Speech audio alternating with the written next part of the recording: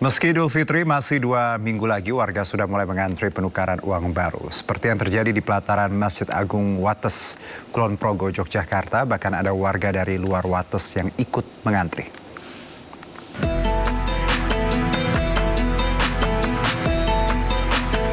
Tradisi menyambut momen Hari Raya Idul Fitri rasanya kurang afdol tanpa pecahan uang baru, apalagi untuk salam tempel buat anak-anak.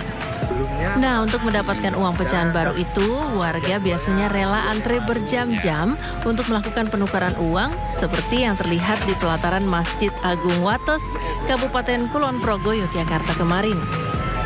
Di lokasi penukaran uang ini, puluhan warga terlihat rela antri hingga 2 jam untuk menukar uang lama dengan uang baru. Bahkan ada yang rela datang jauh-jauh dari kota Yogyakarta untuk menukarkan uangnya di sini, lantaran kuota di wilayahnya sudah penuh. Seorang warga mengaku punya kepuasan tersendiri saat memberikan salam tempel kepada anak-anak dengan uang pecahan baru di hari Lebaran. Tadi sih yang ditukarkan ada 2.300.000 sih, ada 10 ribuan, 10 ribuan, 5 ribuan, 2 ribu sama 1.000. Ya sih kepuasan tersendiri sih, soalnya kan dari dulu emang ciri khasnya budayanya kan kayak dari zaman dulu-dulu kan emang uangnya harus baru, apalagi kan kalau buat uang saku anak-anak ya kalau main ke rumah tuh sukanya tuh uang yang baru, kalau uang yang lama tuh kayak agak kurang gitu rasanya, bukan lebaran gitu. Mendekati Hari Raya Idul Fitri, Bank Indonesia menerjunkan armada penukaran uangnya di beberapa titik di Yogyakarta, diantaranya 5 kabupaten dan 1 kota. Jumlah kuota yang disediakan di Kulon Progo hanya melayani 300 penukar. Seperti tahun lalu, syarat penukaran uang ini harus melalui proses online di website resmi Bank Indonesia. Dari Kulon Progo, Yogyakarta, Budi Utomo, iNews melaporkan. Seorang warga negara, Ziko Leonardo Jagardo, mengajukan gugatan ke MK agar angka dalam uang rupiah disederhanakan. Ziko meminta MK mengubah uang nominal Rp1.000 menjadi Rp1 atau redenominasi. Menurut Ziko, angka nol yang banyak menyulitkan transaksi dan tidak efisien, serta membuat mata lelah saat melihat dengan teliti. Ia secara khusus menggugat pasal 5 ayat 1 huruf C dan pasal 5 ayat 2 huruf C dari Undang-Undang Mata Uang yang mengatur bahwa pecahan rupiah harus mencantumkan nominal, angka, dan huruf sebagai ciri utamanya.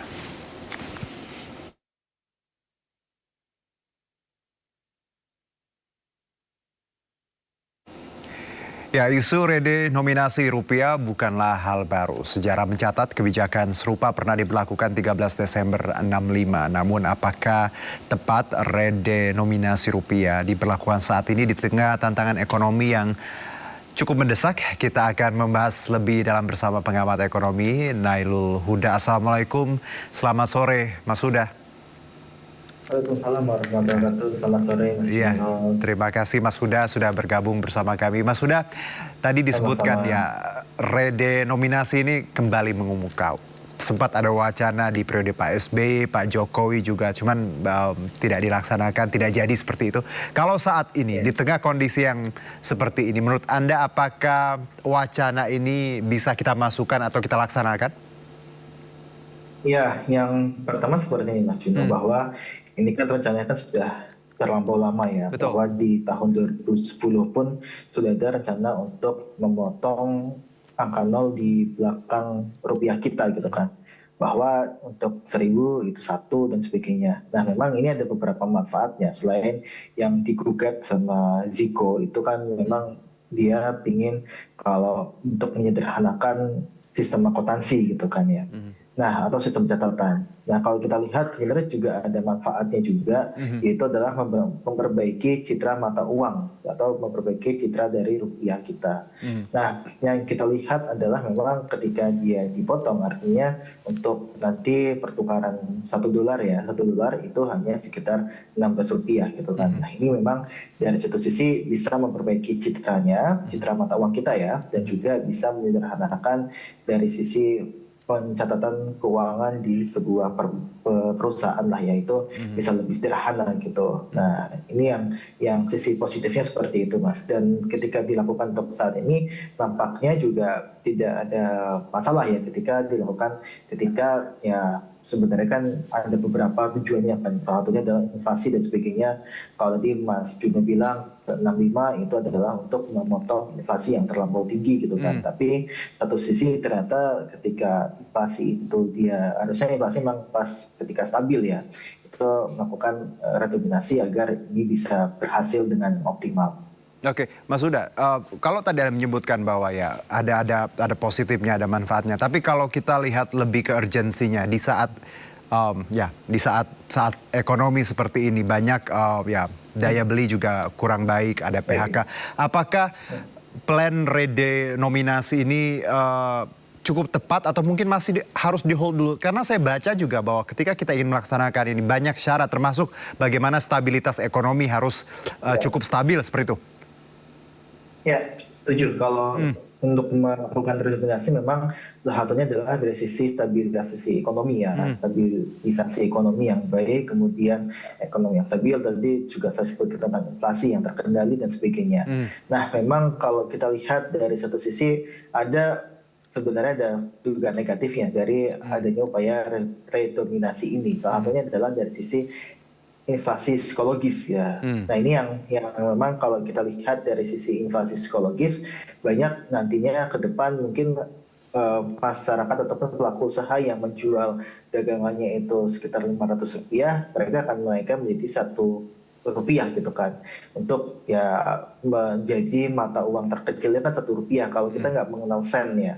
Nah, makanya ini bisa menimbulkan inflasi psikologis. Ataupun kalau kita lihat dari sisi penjual lainnya yang dia mematok harga misalkan Rp16.500 gitu kan, nanti dia akan menjadi Rp17.000 ya, maaf ya, Rp17 ketika dilakukan redenominasi. Nah, ini yang saya lihat harus dihindari. Praktek seperti ini yang harus dikuatkan terlebih dahulu gitu kan, bahwa ada sosialisasi dan sebagainya. Saya rasa ini penting untuk melakukan sebelum melakukan redenominasi ini. Jadi saya lihat harusnya ada langkah-langkah sebelum kita menuju ke sana gitu kan. Sebelum melakukan itu ada beberapa, jadi ekonomi yang stabil, inflasi yang terkendali, juga pemahaman masyarakat yang harus bagus.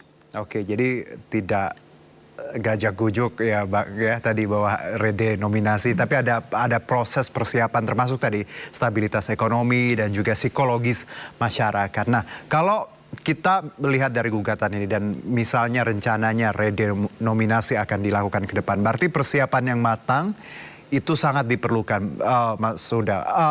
Perlu seperti apa? Berapa tahun atau ada menurut Anda sebagai pengamat ekonomi persiapannya seperti apa? Ya, redenominasi ini tentu tidak bisa langsung dilakukan dalam jangka waktu yang pendek gitu ya, bahwa ini memerlukan waktu yang cukup lama. Misalkan seperti ini, apakah nanti ke depan masyarakat sudah siap untuk mendapatkan dua jenis rupiah gitu kan. Yang pertama pasti rupiah yang dipakai sekarang, misalkan uang Rp100.000 sekarang, dan juga nanti akan ada pecahan baru Rp100 gitu kan, yang nilainya sama dengan Rp100.000 uang yang dulu gitu kan. Nah, pasti ketika di awal-awal ini akan ada kebingungan dari masyarakat, apakah Rp100.000 ini sama dengan Rp100 gitu kan, atau bisa dibilang Rp100 ini memiliki nilai yang lebih kecil lagi gitu kan. Jangan-jangan masyarakat ketika belum siap ini menolak untuk diberikan uang Rp100 yang BI itu mewacanakan, dan itu dia menjelaskan bahwa ya ini nilainya sama dengan Rp100 gitu kan. Nah, kesiapan seperti ini yang tidak bisa dibangun dalam waktu singkat gitu kan, bahwa ini harus ada mungkin bisa 5-10 tahun untuk bisa benar-benar masyarakat kita bisa melakukan redenominasi ini secara baik gitu kan. Jangan sampai ini menimbulkan kebingungan dari masyarakat nih, ya kan. Mereka bingung nih, Rp5 ini berapa gitu, 5.000 atau berapa gitu kan. Dan tadi yang saya bilang, kita tidak mengenal sistem sen yang pada akhirnya bisa bisa menimbulkan inflasi psikologis, dan itu harus bisa diminimalisir terlebih dahulu sama Bank Indonesia dan pemerintah tentunya, agar kejadian-kejadian yang tidak diinginkan, kesalahpahaman masyarakat di lapangan dan sebagainya itu tidak terjadi. Oke, tapi kalau kita melihat lagi ya Mas Huda, bahwa ketika ada plan ini, apakah memang sudah waktunya kita memulai tahap-tahap tadi untuk proses redenominasi, atau memang dari sudut pandangannya ya kita bisa kesampingkan, atau memang harusnya kita sudah mengarah ke sana seperti itu?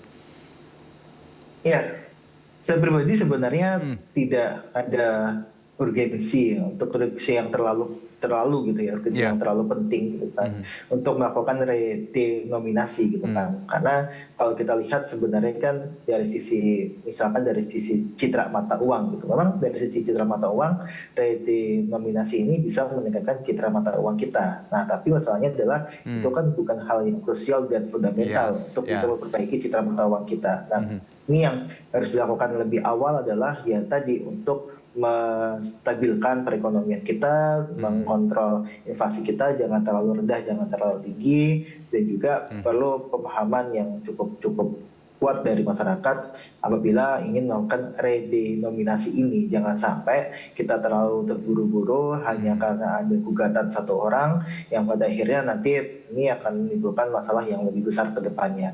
Karena beberapa negara itu juga gagal melakukan redenominasi yang memang disebabkan karena stabilitas ekonomi yang kurang baik, kemudian kegagalan mengontrol inflasi, dan juga ketidaksiapan masyarakatnya. Dan ini adalah fundamental utama sebuah perekonomian, yang di samping juga citra mata uang kita. Oke, jadi secara urgensi kalau kita lihat belum ada ya keperluan untuk tadi, kalau bicara citra itu bukan hal yang cukup fundamental ya Mas ya. Tapi kalau di luar itu mungkin ya mengarah, tapi dengan proses yang harus matang. Tadi Anda menyebutkan bahwa tidak semua negara ketika mereka redenominasi ini berhasil.